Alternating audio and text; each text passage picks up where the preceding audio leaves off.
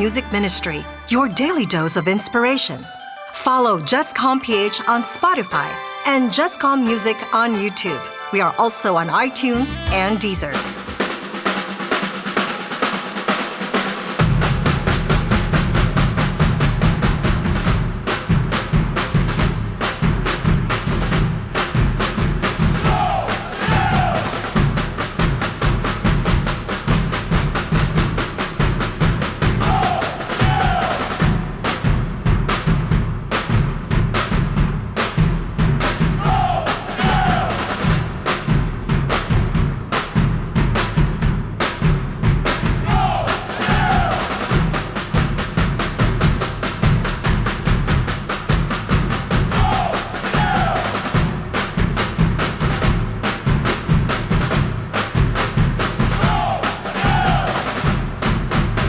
Getting reliable health information about the COVID-19 outbreak can be a lifesaver. Yet, disinformation and rumors can spread just as fast as the virus itself. Now that many of us are spending much more time online, let's think critically about the information we are receiving and sharing, especially on the coronavirus. During the COVID-19 outbreak, only trust official information sources and credible media outlets. Do not share unverified information. This is a message from UNESCO. Yeah, Pascaline, we're miscellaneous. We are the Blue Eagles, and we gotta spell it out.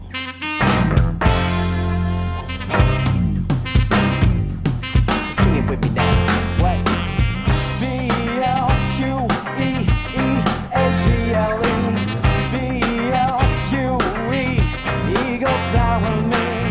B-L-U-E-E-A-G-L-E.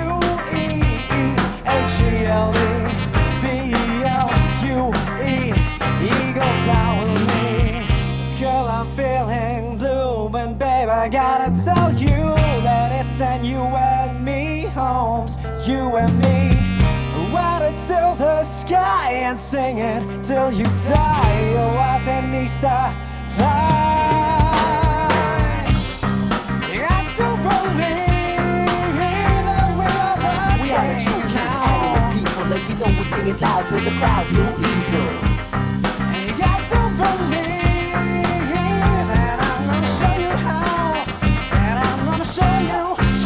Infinitely majestic, cutting through the sun as we levitate. Aerial designs from the mind that would meditate. Earthbound, as a touch sky to the ground. Now let me tell you how the king rocks to the sound like this. More bliss, don't think you'll miss the boogie with the beat to the clouds we kiss. Now this battle flag is ablaze in blue-white to take flight high across the Orient seas. Grooves in the wind like a tropical breeze with the ease. Maneuver to the beautiful expanse. I'm covering the mic with my lyrical wingspan. Fly with the spirit of a new frontier.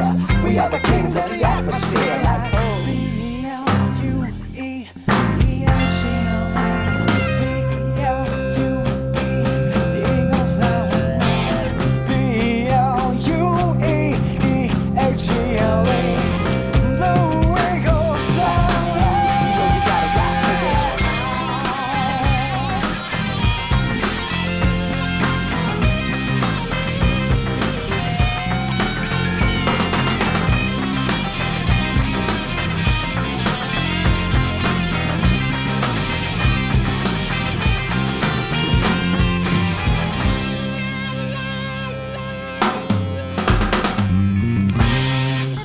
Radyo Katipunan is now online. See our live feed on facebook.com/Radyo Katipunan.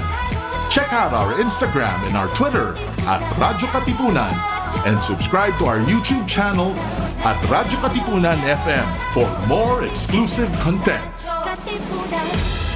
Let's reclaim what is rightfully ours at the 9th PP Radio Conference. Revamp the media blueprint and reclaiming the Republic on March 25 via Zoom and PP Radio Conference official Facebook page. Together, let's redeem our narratives.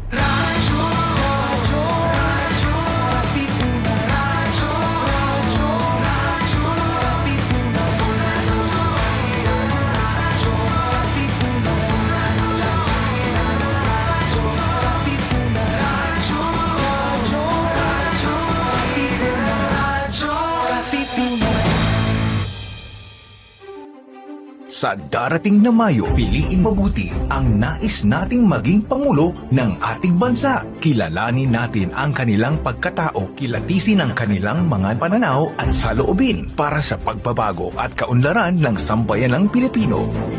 Inihahandog ng Catholic Bishops' Conference of the Philippines, Jesuit Communications, Episcopal Commission on Social Communications, Veritas 846, TV Maria, Rappler, at ng CMN, the Catholic Media Network, ang Usapang Halalan 2022, the CBCP Election Forum. Makiisa, makibahagi, manood, makinig sa naiiba at espesyal na presidential forum na ito upang mas lalong makilala ang susunod na Pangulo ng ating Republika. Abangan sa March 25, Biyernes, alas 6 ng gabi sa lahat ng ating FM at AM radio stations ng CMN Catholic Media Network mula Apari hanggang Hulo.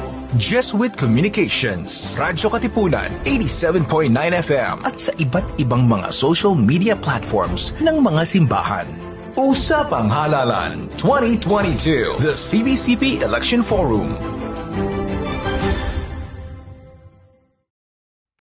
Radyo Katipunan 87.9 FM.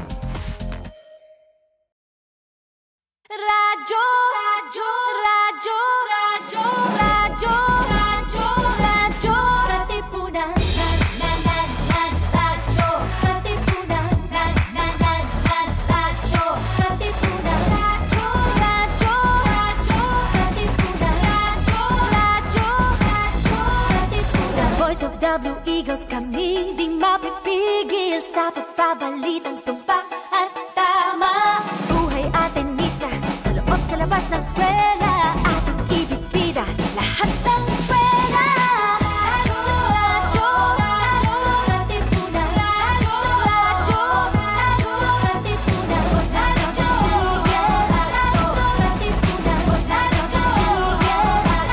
Katipunan. Kawal ni Ignacio, Katipunero, sugo, todo sa kayod, tunong at tulong. Di pagka Blue Eagle, galing hiding at tigil, blue and white, one big fight. Radyo, radyo, Katipunan. Radyo, radyo, Katipunan.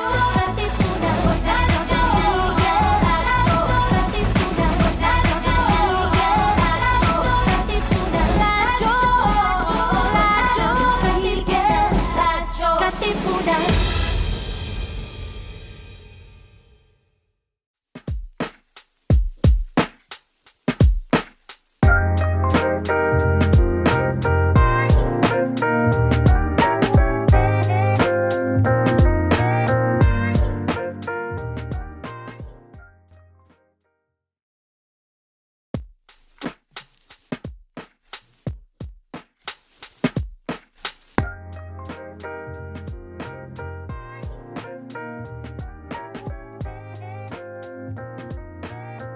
Magandang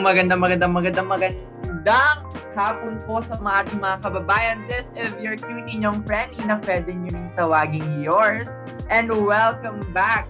And my name is Gio Kamama from 2BS Psychology. And welcome back to another meaningful conversations with our beloved organizations right here at Kwentuhang MVP. We are coming in loud and live from our homes by the Facebook pages of Radio-Katipunan, 87.9 FM, Ateneo de Manila University, and of course, the Council of Organizations at the Ateneo Manila.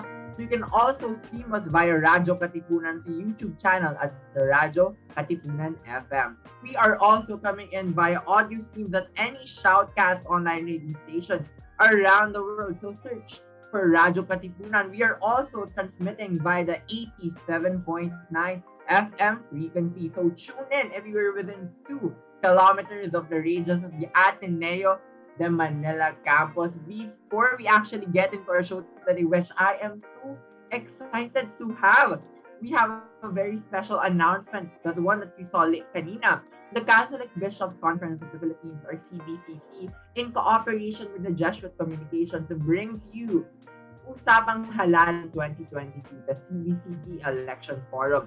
The roundtable discussion with the candidates of the Candidates for President of the Philippines will focus on pressing national issues in line with our Catholic faith and values. Streaming this Friday, March 25th at 6 o'clock p.m. on all Catholic TV, radio, and social media outlets nationwide. Also in partnership with CBC Media, the Catholic Media Network, Radio Veritas, TV Maria, Rappler, and the Philippine Cable and Telecommunications Association Incorporated. And here on Radyo Katipunan 87.9. Grabe, with KMVP being back this week, we started off with a blast 2 weeks ago when we spoke to some really, truly amazing guests about celebrating Women's Month and what women empowerment means to them. This week, actually, we'll be taking some passionate young leaders holding executive board positions in their respective and yet diverse organizations. So, we'll actually be talking to them about their org positions, why they chose to pursue their positions, and what it takes to be a student leader, and so much more. And with that, we meet our guests for today, Angel Bakud, Mavi Avendaño, and Kenan Gawaran. Please introduce yourselves. Hi, everyone. So maybe Angel. Hi, Angel. I see you right there. Can you introduce yourself? Hi, everyone. I'm Angel, and I'm from 2BS Management, and I'm the local committee vice president for Finance, Legal, and Administration of ISAC in ADMU. All right. Nice to meet you, Angel. And now we'll move on to Mavi. Hi, Mavi. Hello, I'm Mavi Avendaño. I'm currently a sophomore taking up Applied Physics and Material Science Engineering, and I'm the current president of the Ateneo League of Physicists, or LEAPS. All right, nice to meet you, Mavi. And we have last but not the least, Kenan. Hi, Kenan. Hello, Gio, Angel, and Mavi. Ako si Kenan, from 3AB Political Science, and currently the president of Ateneo Student Catholic Action, or ATSCA. Yes, all right. Nice to meet you, Kenan. And then it is such a pleasure to meet everyone. A very diverse group coming from ISAC, LEAPS, and then ATSCA. So very diverse sectors, no? And actually, just a week or two ago, actually, definitely, I think hanggang ngayon, nangyayari pa rin siya. We've all had such hectic weeks because of midterms. So, March is definitely midterms month. Hindi na siya midterms week, no? I just wanted to ask your Angel, Mavi, and Kenan, how are you guys doing and how are you feeling now? So, Angel, ikaw, kamusta ka naman? For me, I'm actually doing and feeling okay naman. Luckily, my professors have been understanding, especially with deadlines. And then, all my deadlines kasi are all spaced out. So, super lucky with that. But, I'm just really trying to take things one day at a time. Alright, sana all, no? Definitely. Thank you so much, Angel. Mavi, ikaw naman, since definitely SOSE has been a lot harder, I think, this second sem. So, kumusta naman ang ating mga physicists dyan? Right now, I've been feeling great, specifically the past 2 days, kasi Monday to Wednesday, I've been waking up early for 8 a.m. midterm exams, but afterwards, the load has been more manageable. More to come next week, though. I expect a lot more requirements and exams. Alright, thank you so much, Kenan. Ikaw naman. Ayun, pareho din, no? Okay naman, at least buhay pa. Yun naman yung halaga, no? Kailangan i-balance yung extracurriculars, yung academics, pati yung ibang mga ganap sa buhay, no? Pero ang daming papers, well, kasi sa SOS, na puro papers. Pero thank God, karamihan puro groupings naman eh. So, hati lang ng trabaho. So, medyo mamagaan naman, ano? Ayun. Yes, thank you so much, Kenan. And speaking of academics, Ateneo is slowly, finally starting to open its campus to students of different levels. Kayo ba?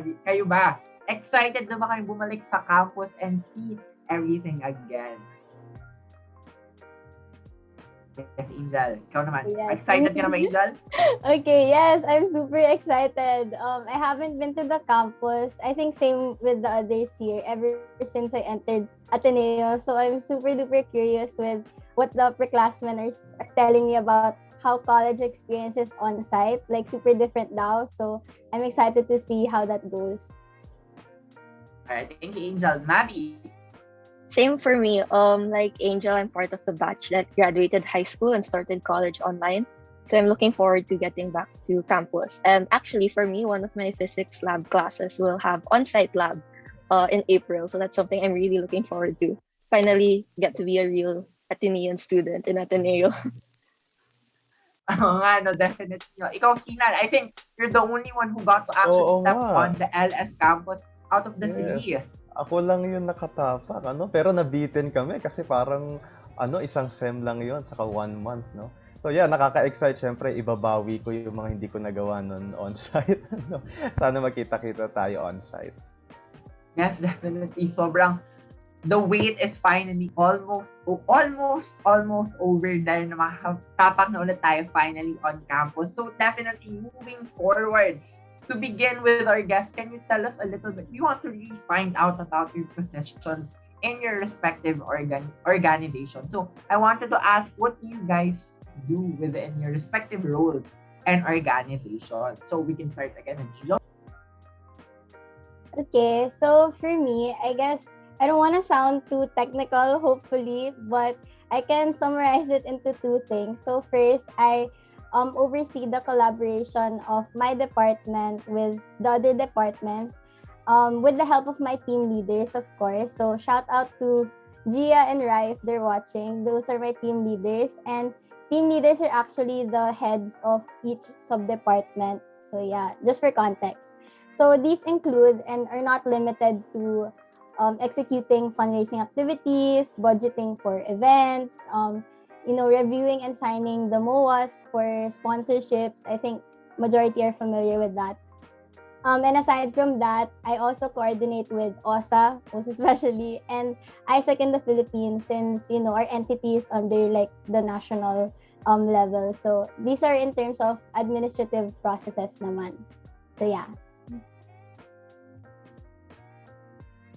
Alright, thank you so much, Angel. Abby, ikaw naman, kamusta naman dyan sa LEAPS? Yeah, so I'm currently the president of LEAPS, which is the home org of physics majors, so from freshmen to super seniors. And in this position, I generally oversee all org processes and projects. This year in particular, we wanted to bring back and adapt the past projects that our org has had on-site to the online setting. So this includes physics seminars, which we now call Physics Speaks, the tutoring pool, and our flagship high school competition called the Ateneo Physics Olympiad. I would say I pushed for the organization to be able to bring these back in order to revive the org culture it had before. But definitely, like Angel, I wouldn't take credit for all the success we've had because my fellow officers and our members are amazing and super great and passionate in what they do for the org. So yeah. Grabe, napaka-humble naman ni Mavi, and definitely we thank our teams for really helping us achieve our projects. So ikaw naman, Kenan. Ayun, no? So, currently, ako yung president ng ATSCA, pero alam mo yung tingin ko sa sarili ko, tagapangalaga lang ng ATSCANs, no? So, inaalagaan ko lang sila. At basically, a faith formation org kasi, no, ang ATSCA. So, hindi naman sobrang kailangan ng output-based, no? Hindi masyadong technical yung structure niya. Kadalasan yung activities lang talaga namin ay formation sessions, no? Prayer sessions. So, siguro yung pangunahin na nagiging trabaho ko ay pangunahan sila dun sa ganong mga gawain. Alright, thank you so much, Kenan. And speaking of work, I just want to ask you, definitely we love a good backstory here in KMVP. Siguro, how did you discover your passion for what you do? How did you discover your work? Angel. Okay, so for me, my backstory actually stems from high school pa. Because back in high school, I was part of the team that organizes, the annual school fair that we all know and love. And my role before was I was in charge of ticket selling of different rides. So in a way, I had to handle finances na at that early stage. And then I had that role for 4 years actually, from grade 9 to grade 12.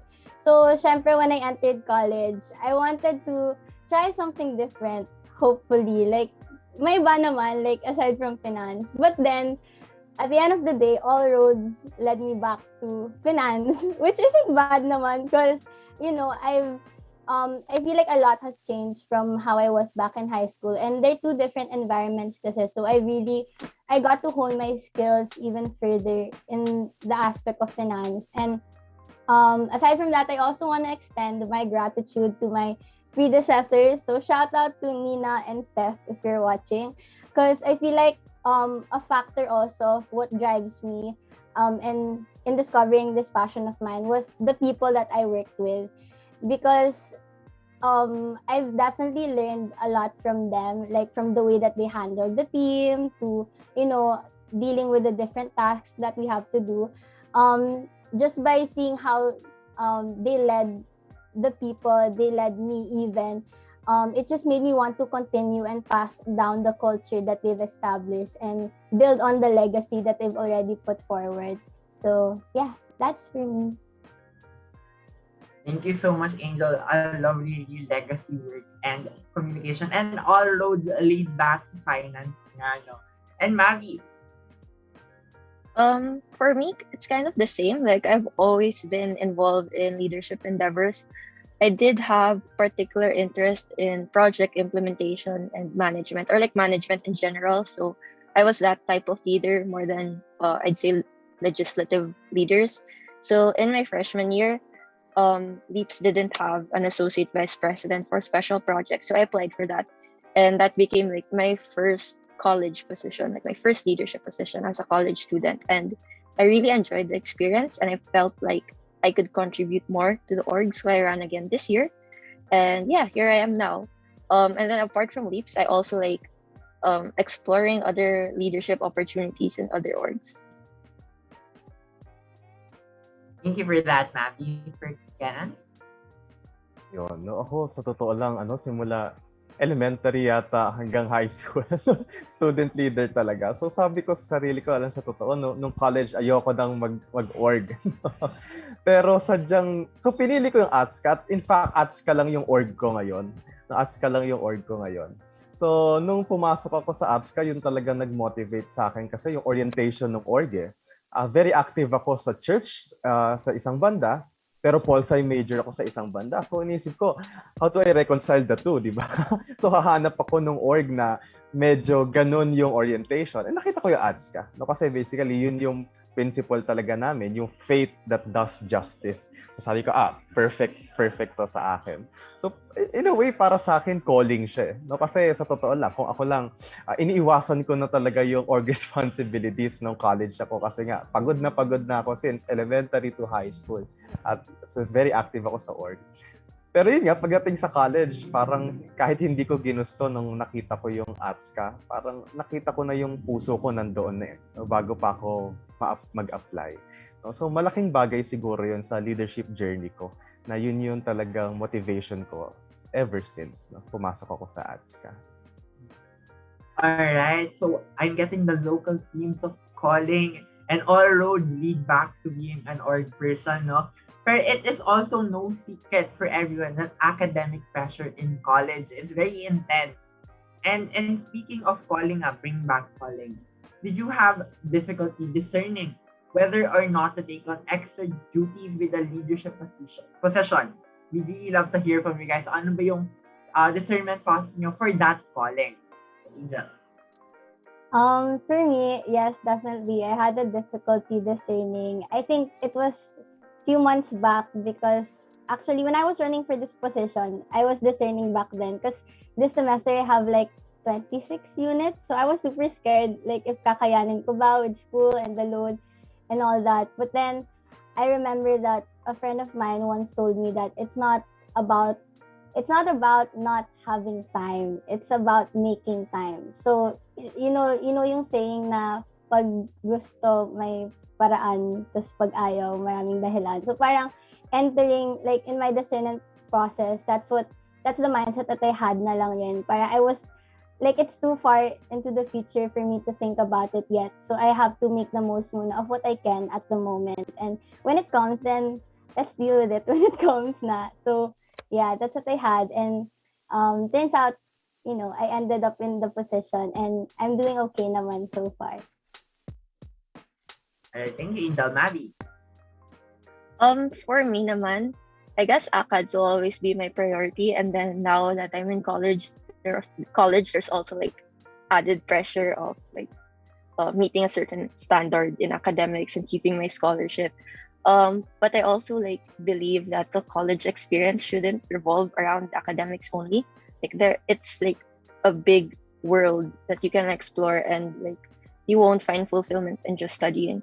So I may not have thought of being an org president as early as my sophomore year, but I definitely wanted to be an officer at some point in my college life. So for me, the discernment wasn't as difficult, but I also did like consider the different factors that would affect my decision becoming an officer.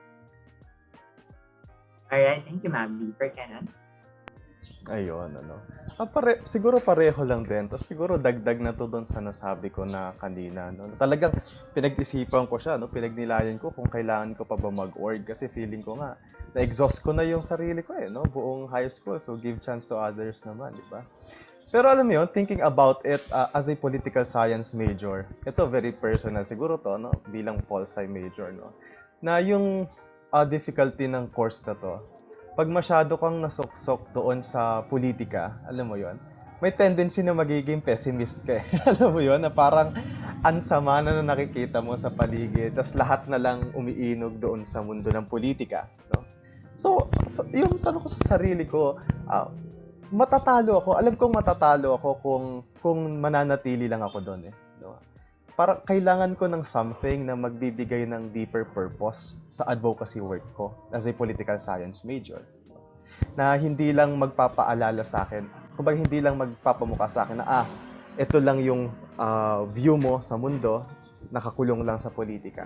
Pero pinapaalalahan din ako na, okay, maaring ganito kagulo tayo ngayon, pero may hope. No? Sa tingin ko yun yung nabibigay ng faith formation org, yung sense of hope, no? Na nakukuha mo doon sa community and sa belief mo. Well, at least ako as a Catholic and as an ATSCAN. No? So hindi naman medyo naging mahirap sa akin yung discernment process. Pero totoo, nagkaroon ng discernment process din. Katulad ni Angel pati ni Mavi. Alright, thank you so much, Ken. We're really getting those discernment processes, having really thinking about your position and how you're going to become a student leader while also being definitely a student. And being a student leader certainly isn't something easy. Siguro I wanted to ask, what are some struggles you guys personally had with your position? Angel. Yes. For me, definitely, I guess one of the struggles I had was upholding confidence. Like when you enter the position na, like you have to uphold this certain kind of confidence because people will go for you, like go to you when they have questions or like they have concerns, ganyan. So syempre, kailangan sure ka sa mga sinasabi mo or sure ka like with what needs to be done. And for me, at the time, it was quite difficult for me because I was still adjusting. Everything seemed new. And at one point, I kind of got overwhelmed. But then, when parang along the way, I got used to it na, like I got the hang of it. I got the rhythm of everything. And that's when I realized na it's okay to enter into a position acknowledging that I still have so much to learn, rather than I enter the position but then I pretend that I already know all there is to learn. For me, parang kasi like second year pa lang ako, and syempre, even though I've been with the department, like ever since I was a new member, hindi ko alam na marami pa pala akong matututunan along the way. So, yes. Alright, thank you, Angel. For Mavi. Yeah, same with Angel. I actually agree. And I think apart from that, there's also like attention that you get as a leader or in a position. And sometimes that attention is unwanted attention that can bother you sometimes. But yeah, you just learn to deal with that eventually. And then I think with being a young officer or a young leader, a downside is you probably don't have as much experience as older officers do. So that would mean you may not be very familiar with the different processes. Like, for example, in Ateneo, the processes with OSA or AGMA counting. And that was something I personally struggled with, especially in the first semester. But thankfully now I've gotten used to them. And I know a lot of people and officers who helped me along the way. And then another thing probably would be scheduling. Like I experienced having to jump from one synchronous class to an org meeting to another synchronous class and then to an org meeting again, and that gets tiring sometimes, especially with your eyes like sa laptop. It's very draining. So yeah, with a lot of responsibilities, you do have less freedom with your time. And if you're not used to that, for me, when I wasn't used to that yet, it was a struggle. So yeah. All right, thank you, Maddie. For Kenan. Sa akin, mas external yung naging struggle. In a sense na, nung una, nahihirapan akong intindihin yung pandemic. No? Given the nature of our org as a faith formation org, isa sa mga talagang ginagawa namin yung mga sectoral visits, no? Yung tinatawag naming babad, no? Sa mga communities within Loyola Heights. No? At hindi namin siya magawa, no, sa pandemic. No? Well, yung ATSCA nung martial law, nakilala din as one of the most radical organization na nasa forefront tuwing may rallies. Tapos ngayon, alam mo yon na parang, anong ginagawa namin? Hindi kami makalabas ng bahay, o hindi kami makapag-organize ng project. So yun yung hindi ko matanggap, sa totoo lang, nung una pa lang. At kailangan talaga naming i-process ng org moderator namin na baka kailangan i-adjust, no, yung thrust ng ATSCA. Baka sa ibang bagay tayo tinatawag ngayon. So I would concur with what Angel said, na learning process talaga siya. No? Kailangan mo mag-adjust, no, lalo na sa external circumstances na, well, may mga bagay na ginagawa yung org mo successfully noon, no? Siguro pre-pandemic, no, nagagawa nyo talaga. Pero since iba yung context ngayon, no, kailangan nyo talagang magpatuloy pa rin habang nag-a-adjust. Pero at the same time, mini-maintain pa rin yung core values and principles ng org. No? So, doon talaga ako nag-struggle, no, sa external circle. Hindi ko, parang feeling ko ang unfair na ako yung naging leader ng ganitong klaseng panahon. So, medyo mahirap siya. Pero, awa ng Diyos na itatawid naman. Alright, thank you, Kenan. And definitely we're getting internal and external conflicts that really lead to adversities. And especially now, in our biggest adversity at the pandemic and a lot of impending social issues that we're having, for you naman siguro, what would be the importance of leadership or someone stepping up in the org community? Okay, I can start. So for me, I guess the importance of leadership or, someone stepping up is to keep the essence and advocacy of the organization alive. I feel like that's first and foremost because, of course, I think what I realized throughout my stay is that leadership does not end with you, but it can either start with you or continue with you. That's what I learned about leadership so far. So I guess having, being able to leave an impact on your members in one way or another, even the smallest way possible talaga, I feel like that already says enough because it's something that they'll bring with them even if they step beyond the walls of Ateneo. So yes, that's for me. I think Angel, Abby? Yeah, I think empowering your members is like the heart of leadership. So, well, for one, the plans and platforms you have as a leader won't really materialize without the support of your constituents or the members who participate in them. So, I think that's also why organizations right now continue to have efforts on member engagement and member activation. It's really important to know that your position is not just personal, it's a community thing. So yeah, and then also I think the passion that most leaders have are really or should really be in empowering and like serving their constituents, because you cannot really find fulfillment in your time as a leader until you're able to do this. Thank you, Maddie. For Kenan? Siguro sa akin talaga yung importance ng stepping up, more than just a personal initiative from your part. It is a form of, parang ini-embody mo yung core principles ng org mo. And on my end, well, we are Christian org, Catholic Christian org. At talagang bumabalik kami doon sa itong pagtugon sa tawag ng paglilingkod. Tawag to ng pananampalataya, na bilang Kristiyano, bilang Katoliko, hindi lang sapat na nagdadasal ka, Pero marunong ka ring bumasa ng sign of times, marunong kang bumasa ng pangangailangan ng kapwa mo, ng bayan mo, at ng mga orgmates mo, no? So, kapag nagsi-step up ka, kapag tumutugon ka sa tawag ng pamumuno, no? Hindi ka lang nagiging matapang sa sarili mo, no? Pero pinaninindigan mo yung values na pinanghahawakan nung org mo mismo o nung identity mo, at least on my case, as a Christian, no? So, para sa akin, vocation siya, no? Vocation siya. At yun yung tinatatak namin sa mga members ng ATSCA, no? Na yung pagiging leader, bahagi yan ng pagiging Kristiyano, no? Dahil naninirahan ka sa isang lipunan, hindi ka naman naninirahan ng ikaw lang. No? So, dapat nakaantabay ka doon sa pangangailangan ng kapwa mo. At kung kinakailangan ng tulong mo, lagi kang handang tumugon. No? So, yun siguro yung masasabi ko doon.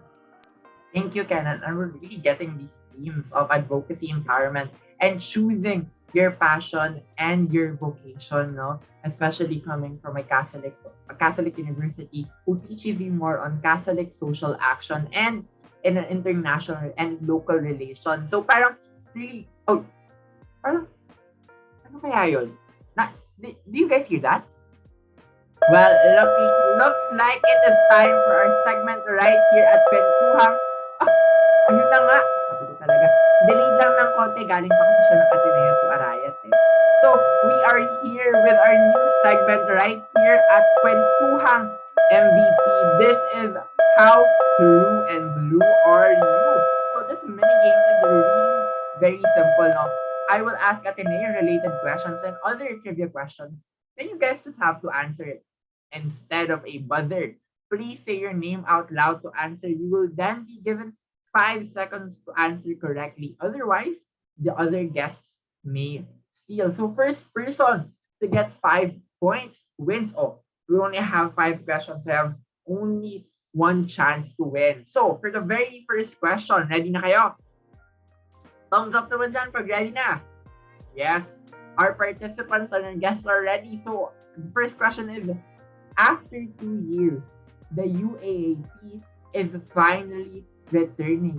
What date is the first UAP Games premiering on live television? Kenan. Yes, Mahuhula ako. March 27 ba? March 27 is incorrect. So, Angel and Mambi, you have a chance. Angel? Yes, Angel. Sorry. March 26. March 26 is correct. It is happening on March 26, 2022. So bukas na, magbubukas ang ating first UAP Games premiering on live television. Sayang, Kenan, you were off by a day. So next up, and speaking of days, Holy Week is coming up in a few weeks. This year, what days do the Holy Week start and end? I feel like dapat si Atska makakuha nito. Faith formation. Kenan. Kenan, yes, Kenan. April 10. Tama? To April 17? 17 is quite off. I'm sorry, Kenan. So the other guests may steal. Mavi. Yes, Mavi. April 10 to April 18. Is incorrect also. So Angel, baka naman may gusto ko pang isaling date.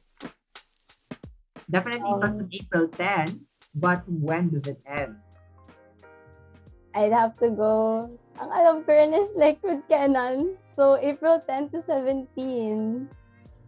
Yeah. Unfortunately, it is not now according to our guide. So, pag-editan nyo na lang talaga ang ating mga gumawa ng script at mini game. Pero it is on April 10 to April 16, 2022. I think hindi daw ata counted ng Easter Sunday.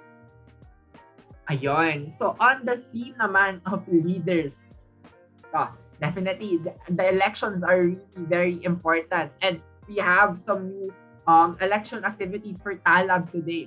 What date are this year's elections happening? Angel. Angel. May 9. May 9 is correct. It is happening on May 9. So everyone, please mark the dates May 9 for election date and please exercise your right to vote. Since naman we're on the topic of leaders and student leadership, I have a very special question for everyone. What room in the Manuel V. Pangilinan building can we find the Sanggunian or group? The room code ha? Kenan. Kenan na ata makakaalam nito. Yes, Kenan. MVP 200. Tama ba? MVP 200 is correct. It is Yon. MVP 200 in the middle of and at the side of our room. Last but not the least, and especially since new app is already up, by what name is the Ateneo cheering team known as? Mavi. Yes, Mavi. The Ateneo Blue Bubble Battalion. It is correct. Congratulations, Mavi. It is the Ateneo Blue Babel Battalion, or shortly known as Babel. Yes, and definitely, I think everyone got a point naman, no? So, you are all winners in the eyes of me, the host. So, you're all winners. So, and we move forward, and speaking, we already discussed some parts of leadership.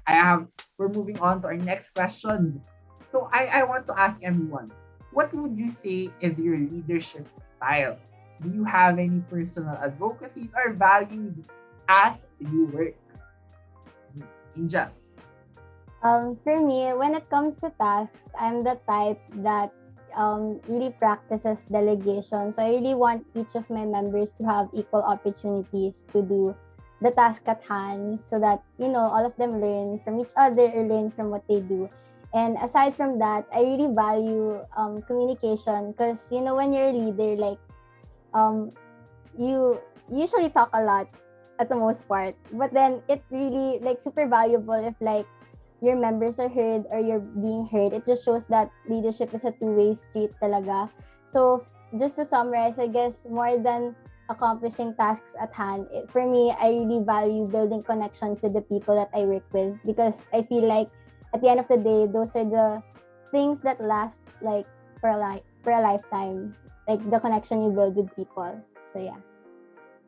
Thank you, Angel. Mavi. I think for me, like my leadership style is very adaptable. Like I can easily adjust according to what the most efficient way or the preferred way my team works. So for example, if they prefer like constant communication, then I'm okay with that. But if they don't want to be micromanaged or they prefer like just being given the tasks and letting themselves work on them individually, then I'm okay with that also. But probably my most preferred, like the one that works best for me is being a thorough planner. I really like coordinating and collaborating with fellow leaders through databases and calendars, setting both short and long-term goals, and then really following through with each of them.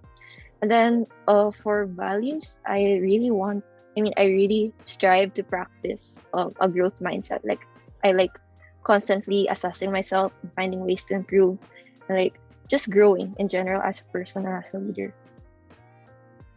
Thank you, Mavi. Kenan? Siguro ako, I'm a very principle-oriented leader, I would say. In a sense na kapag nagtatrabaho ako, ang lumalabas yung more than kung ano yung ginagawa ko concretely is my principles talaga. So, yun din yung tinatry kong i-communicate sa mga co-members ko. Hindi i-impose yung principle ko, pero i-develop din yung principles na meron sila na maging motivating factor nila sa paglilingkod. So, given that, I recognize na bawat isa sa atin may kani-kanyang prinsipyong pinanghahawakan. At hindi naman, not necessary din na may tama o may maling prinsipyo. Pero sa pakikinig, dun sa sama-samang pakikinig, pakikipag-usap, sabi nga ni Angel at ni Mavi, yun talagang constant na pakikipag-usap sa mga members mo. Made-develop mo yung principle mo hindi lang as a personal principle pero mas mahalaga as a communal principle na nagiging thrust ng org in the long run. no? So siguro yun yung leadership style ko talaga, very principle oriented.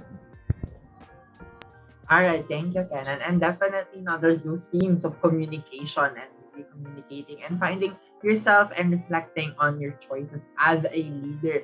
And speaking of choices naman, let's go a little bit broader with our discussion.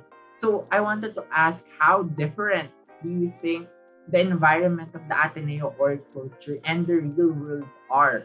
So if they are at all, when it comes to becoming leaders, are there any differences between them? Ija. Yes. For me, well, I'm still second year, so my exposure to the real world is, I guess, quite minimal pa lang naman.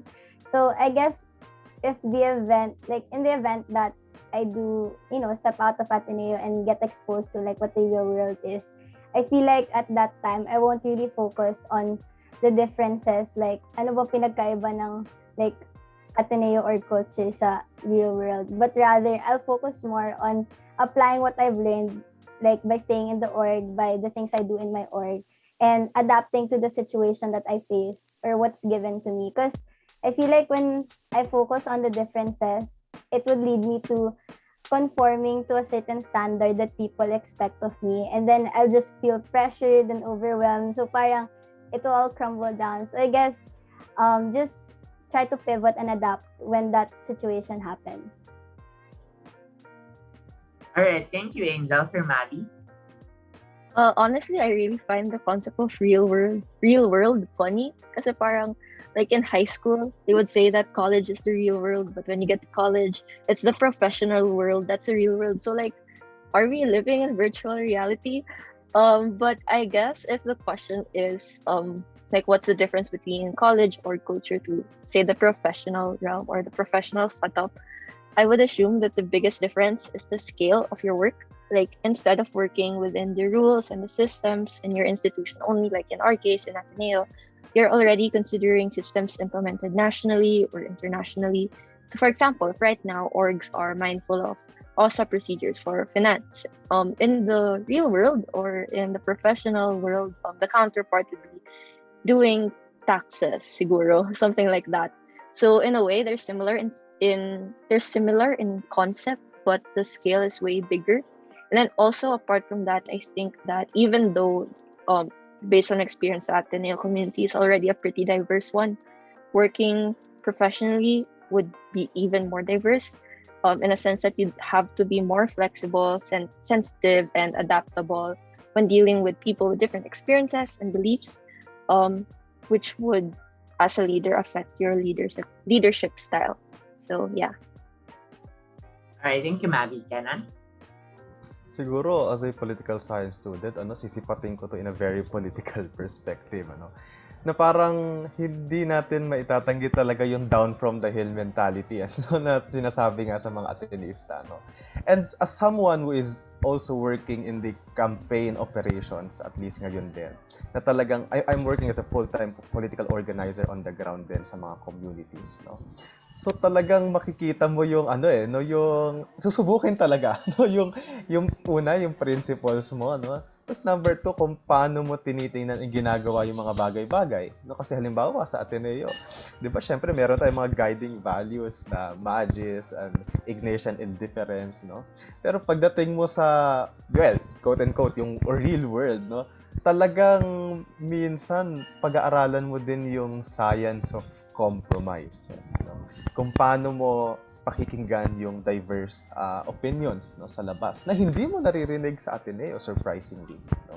Na yun nga parang minsan kailangan din natin medyo aminin na, well, at least in a political perspective, na medyo echo chamber yung Ateneo dahil hinubog tayo sa parehong formation, sa parehong curriculum. So paglabas mo talaga doon sa real world na yun, hindi naman necessarily na aalisin mo yung natutunan mo sa Ateneo, Pero siguro mas magiging sensitive ka unang-una doon sa kalagayan ng mga tao sa labas ng Ateneo, kung bakit ganoon sila mag-isip, for instance, At from there, tulungan sila, hindi i-impose siguro yung standards natin, pero magkaroon at least ng convergence ng ideas, ano, and ng opinions. Lalo na yung mga principles and values na pinangahawakan natin as an Atenean and as a Filipino din naman at the same time. Thank you for that, Karen. We're really getting different opinions on the real world and the Ateneo, but definitely at the Ateneo world really teaches us at a point to really engage with our community and to know more about the real world through its lessons. Definitely, speaking from personal experience, natutunan ko ang mga taxes sa Ateneo. Medyo mahirap din pala talaga siya.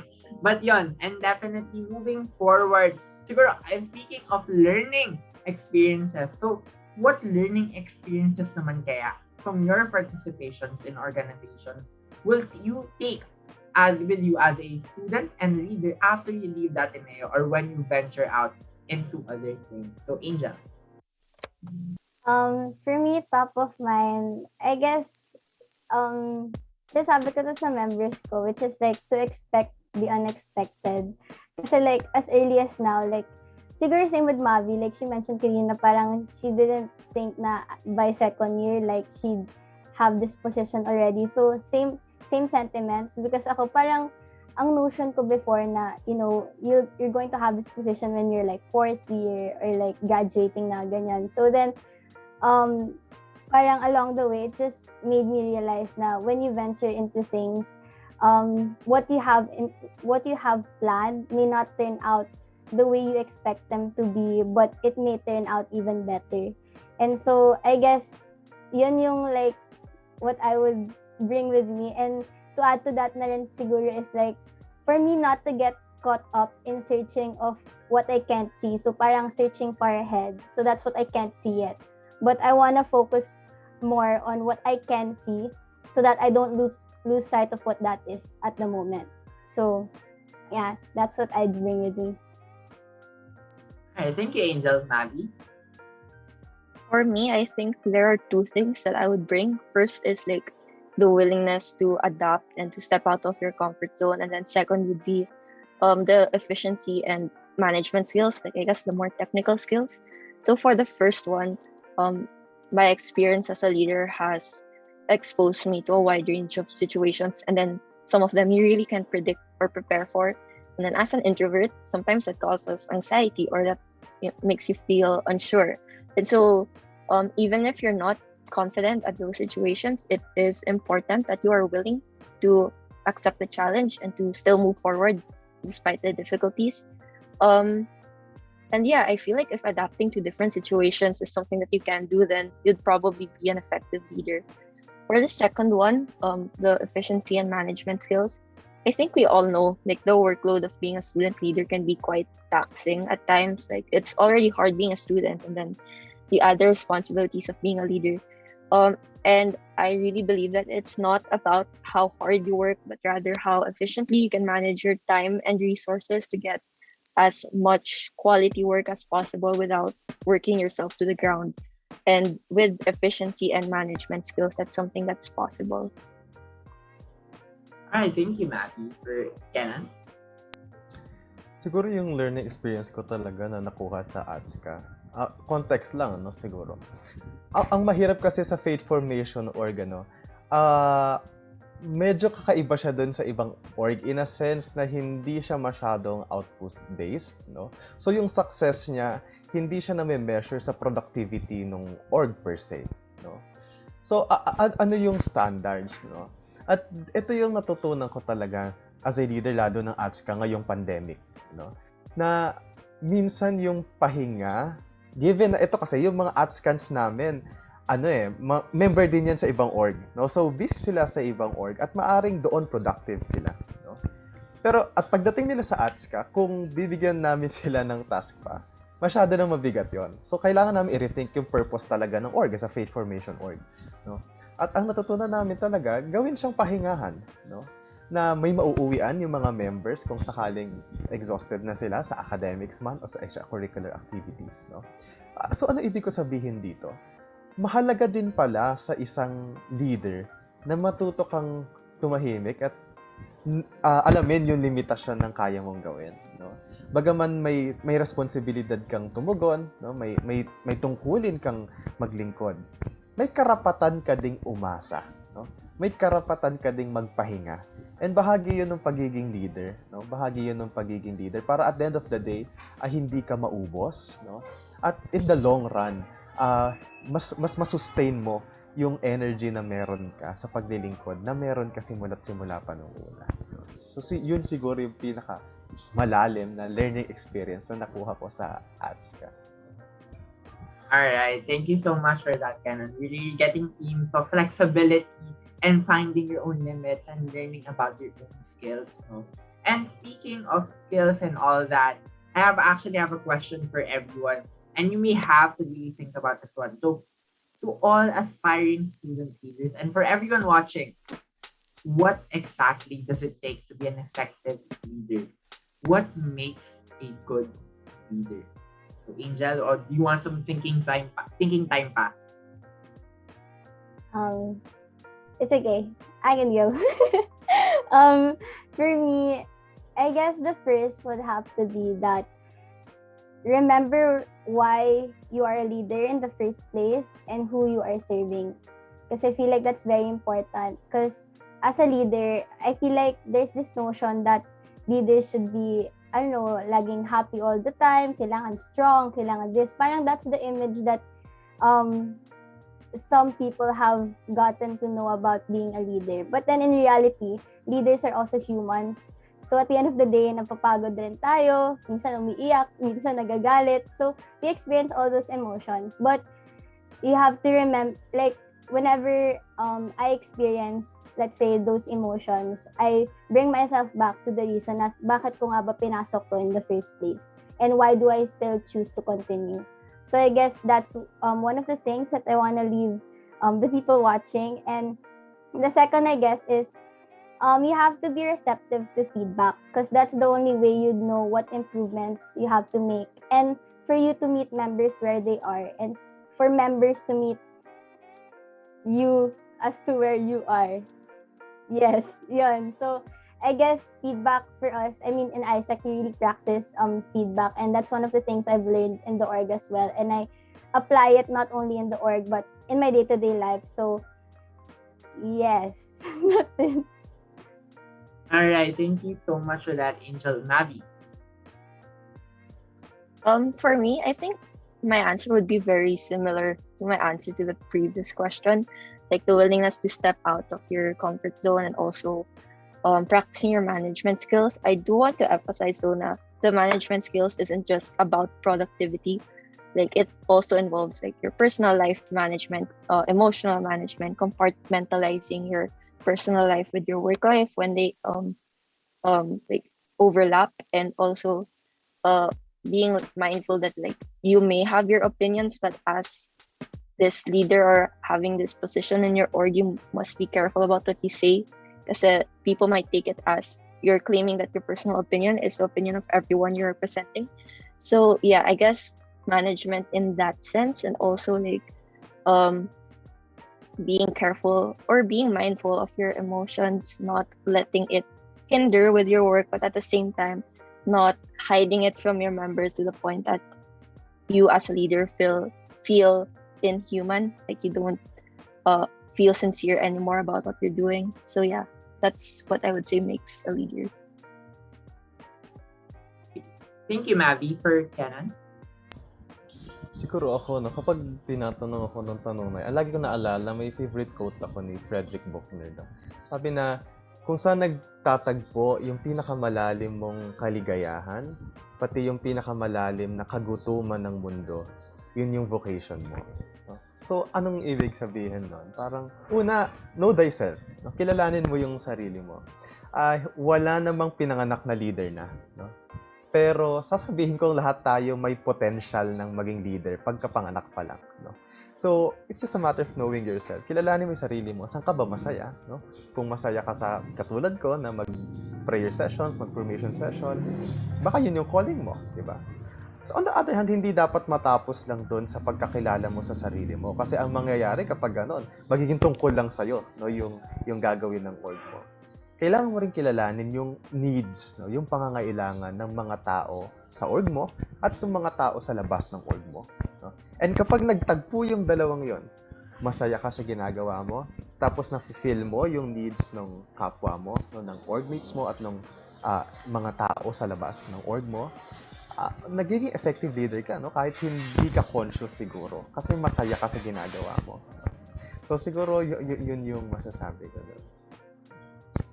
Alright, thank you so much, Kenan. We're really getting themes of management, but also being open with others, to others, and to yourself, and be transparent. And especially now that we've spoken a lot about your positions, experiences, and responsibilities as leaders.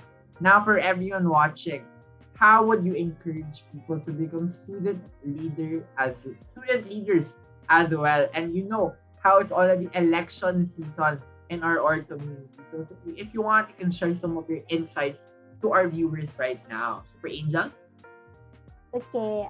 For me, I guess if you really, if you're starting to feel nervous, if your heart is racing, then that's already a sign in itself. So during our EB discernment talk, actually, like when we were running or when you're applying rather, one of the VPs there mentioned that if takot ka tumakbo, then harapin mo siya ng takot.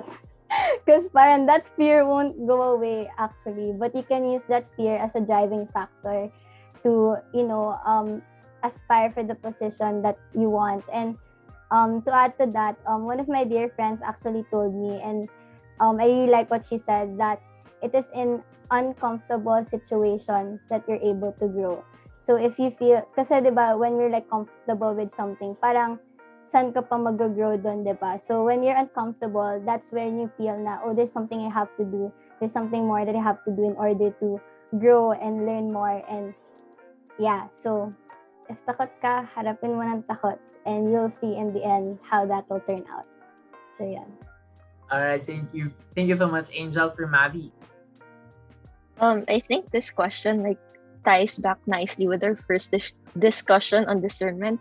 Like, being a student leader is a big commitment, and if the idea of becoming one comes across your mind, I'd say you should really discern and think about how adding this extra commitment to your existing commitments and responsibilities would affect you.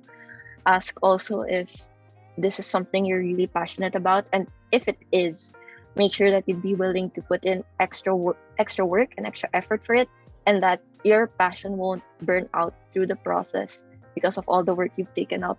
So when you're confident in taking up the role already, I'd also recommend consulting with past officers in that position and get their insights. Sure, it takes some individual skill to be a good leader, but it never hurts to get some perspective from others and to learn from their experiences as well. Alright, thank you, Mavi. For Kenan? Well, siguro isasegundahan ko yung sinabi ni Mavi. Napakaganda kasi yun din yung nag-encourage sa akin. Parang intergenerational dialogue, sa mga past leaders and officers ng organization mo. For instance, yung ATSCA, since very rich yung tradition ng ATSCA ever since martial law, sobrang talagang radical nung organization. In fact, pinasara kami ni President Marcos ng martial law, pero na-revive siya ng mga student leaders noon. Kaya naitatag ulit kami noong 1973. So anong ibig ko sabihin dito? Kapag aware ka doon sa historical significance ng org mo, kapag aware ka na yung org mo hindi lang siya lumabas overnight, na pinaghirapan siya ng maraming tao, pinaglaban siya ng maraming tao, at minahal siya ng iba't ibang henerasyon ng mga leaders din, makokompel ka na tumugon doon sa yapak na sinimulan nila. So napakahalaga nung ganong conversation na mag-reach out ka talaga sa mga past leaders, past officers, kasi para sa akin naipapasa yung leadership, although hindi naman din limited lang yun doon, pero malaking tulong siya, para talagang ma-motivate ka na mag-step up din, katulad ng mga leader na nauna sa iyo. Alright, thank you so much for that, Kenan. We're really getting these themes of finding your why and finding your purpose. And I think to really sum it all up, my favorite quote of all time by Father Roque Ferriols, huwag mong tanungin kung mahirap, tanungin mo kung mahalaga. And especially right now, in this trying times and this adversity, ask you yourself, is it valuable? And is it valuable to you? And so that concludes our very fun questionisms naman dyan. And we'll be moving on to our conclusion, which is a fast talk or would you rather. So ready na ba kayo? Ready na, thumbs up? And they have all given their thumbs up. So we'll go with Angel, Mavi, and Kenan. We'll be speedy and fast for this. So Angel, give us a song recommendation that motivates you. Rise Up by Andra Day. Yes. Nice. Mavi. Holiday by Green Day. Holiday by Green Day. Kenan. A Song for Mary. A Song for Mary. So now that you wake up and have a free pass to go to any country in the world, where are you going? Angel. US or Canada because I want to visit my family. Aww. Mavi. New York because I like Broadway shows, but also New Zealand because I want to experience good governance. Tama. Kenan. Rome, Italy.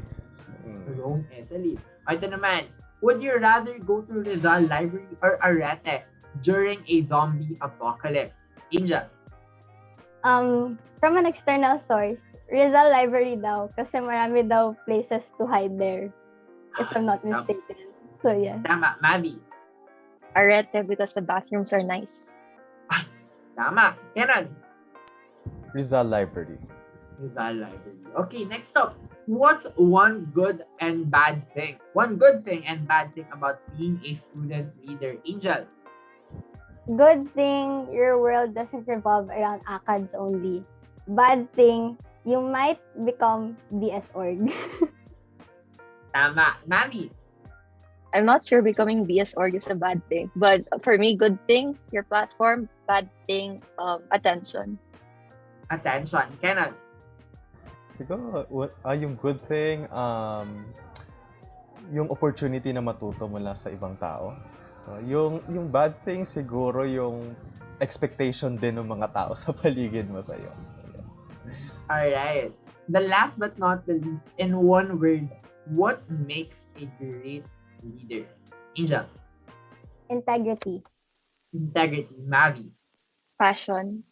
Passion. Kenan. Humility. Humility. I love those words. And now, before we end, please do invite our viewers right here in KMVP to the ongoing or future events and initiatives that you have in your respective organization. So, para naman makasali sila at makaparticipate. So, Angel, do you have any? Yes, I actually do have something happening this Saturday from 1:30 to 5:30 p.m. It's actually entitled Head Start with ISEC.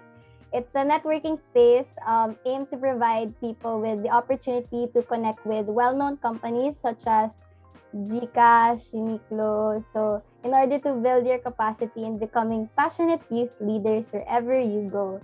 So, if you want to register, you can head on to ISEC in the Philippines. You can message me pala personally if you want to register. I can send the link to you.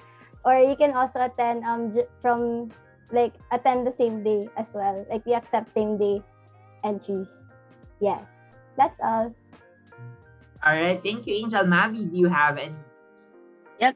Actually, LEAP's upcoming flagship project is the Ateneo Physics Olympiad. So the Ateneo Physics Olympiad, or AFO, is a competition event for high school students meant to spark competitiveness, excellence, and a love for science among the youth. So this event will happen on the 23rd of April 2022, but registration for contestants is open until tomorrow. However, our event is not only for high school students. Since we are partnering with the Philippine Space Agency, we will be hosting Ad Astra in the event. So it's a sub-event. It is a talk series by distinguished scientists involved in the space industry who will be discussing the applications of physics in the field. If you're interested in going to Ad Astra, you can go to bit.ly/Ad Astra registration or visit the Ateneo Physics Olympiad Facebook page on Facebook. Alright, thank you, Mabi. Kenan? Ayun, no? So gusto ko imbitahan ng lahat, no, sa mga darating na araw na magsisimula mamaya. Meron kaming series of interviews, no, na ilalabas sa ATSCA Facebook page tungkol sa ambag ng mga Kristiyanong kabataan sa politika. At i-feature namin yung dalawang alumni ng ATSCA, si Sir Rene San Andres, yung director namin ngayon sa Ateneo Residence Halls, and si Dean Mel Santa Maria ng FEU Law.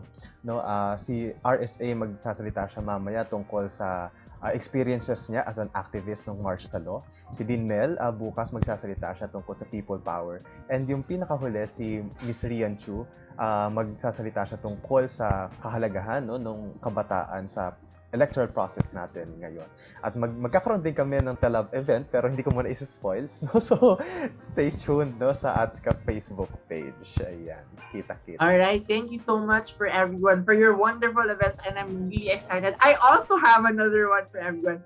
Sangguniang is holding Talab 2022 conversations and endorsement with our Central Assembly and our sectors later at 3 to 4:30 in the afternoon, and a lot of other departments and institutions within the university is also having Talab events on voters education, voters elect, and in the elections season. So I am inviting everyone to participate in all the events of ISEC, LEAPS, and ATSCA for the whole month and the whole semester in the upcoming days. And that has certainly been our 13th episode for this year's Kwentuhang MVP. Thank you so much to our guests Angel, Mavi, and Kenan for talking to us about their experiences as student leaders in their organization and sharing their wonderful and spectacular insights with us. And of course, a big thank you to everyone who tuned in for today's episode. We hope to see you again next week for another round of meaningful conversation. So once again, this is your cutie nyong friendly na pwede nyo rin tawaging yours from 2BS Psychology, Gio Kamama, and this has been Kwentuhang MVP. Bye everyone!